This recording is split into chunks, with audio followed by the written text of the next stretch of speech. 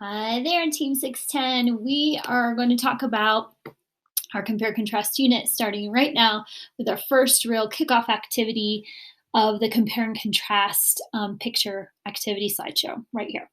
So why do we compare and contrast? Most of life is choosing between options. The better you are at the skill, the more you thrive in the world, and it really helps you make the best decision when analyzing two options or more. So your directions, watch the video. You're doing that now. Please look over the comparing and contrasting vocabulary on slides 2 and 3. We'll talk about those. You will use those in the following sentences. Then you're going to look at the examples done for you, which I'm going to do on this video to kind of model my expectations. And then write your own compare contrast sentences on the remaining slides.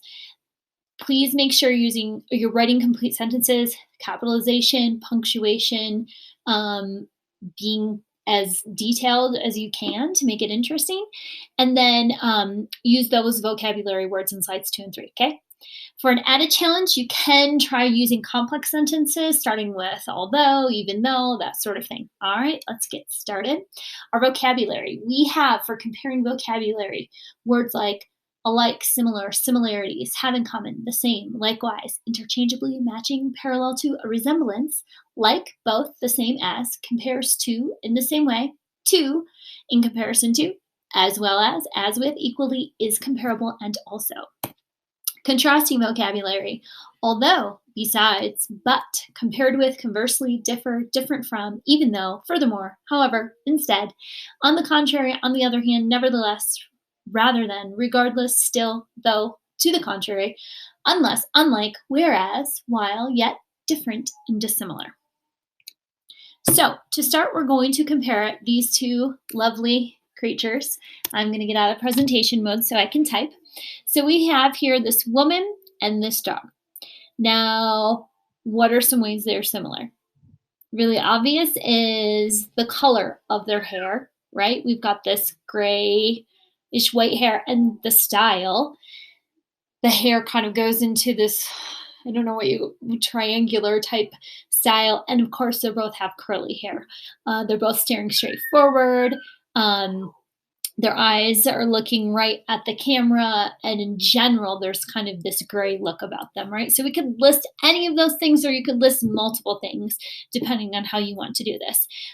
So to write the sentence, I am going to use the sentence starter as it is and delete those ellipses. The woman and the dog are similar because they both have gray, curly, need a comma there, huh? Curly hair. I like spelling gray with an E. Many people do it with an A, and that is actually, I think, the American spelling. Totally fine. So that's my simple sentence. The woman and the dog are similar. You can see that vocabulary word is in bold because they both have gray curly hair. Now when we get to the contrasting sentence, I can step it up a little bit, and I could even change this. So, but I'm going to leave this one simple. I'll get complicated in the next one. The woman and the dog are different because. So that requires us to take a minute to look at this picture and say, how are they different? The obvious answer is the woman is a human, and the dog is of the canine species. The woman has a slight smile on her face, whereas the dog is just kind of looking forward. The dog's ears are much larger than the woman's. We can barely even see the woman's ears. The woman is wearing a jacket while the dog is just in his birthday suit there with fur. Maybe that's not a birthday suit, huh, for a dog. So the woman and dog are different because I can choose any of those things. I can list all of them.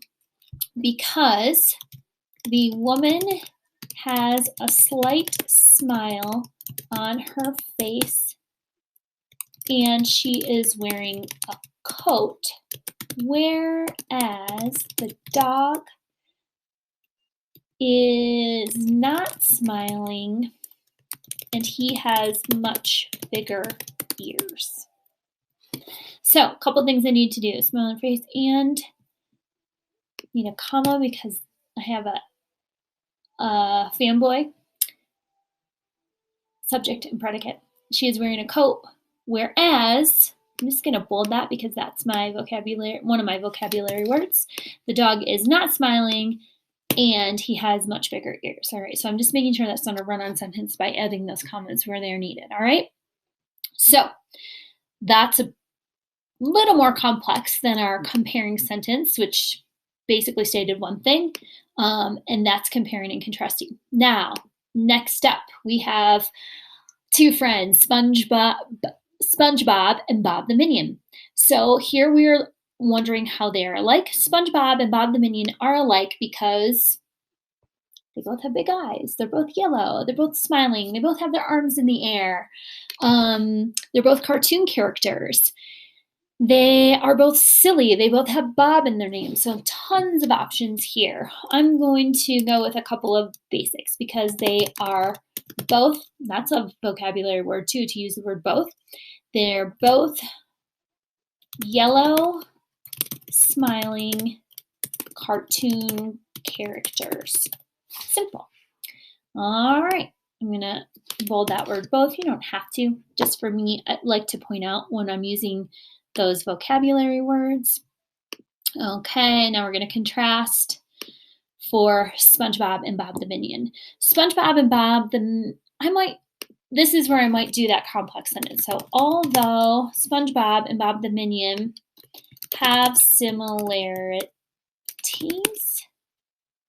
comma, they differ because, I'm going to bold although because that was a vocabulary word, because, I did this on the other, I think this is funny.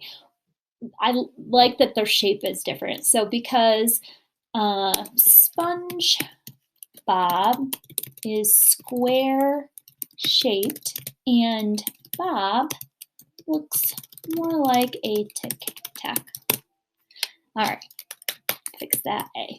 Okay, so I'm writing complete sentences. I'm having a little fun with it myself, and I'm using those vocabulary words we're trying to practice, including your task from this point forward. You are going to compare Voldemort and Franklin the Turtle.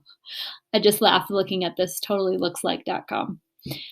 Contrasting those two as well. You might know something about their personality or characteristics that you could include and not just go on their appearance.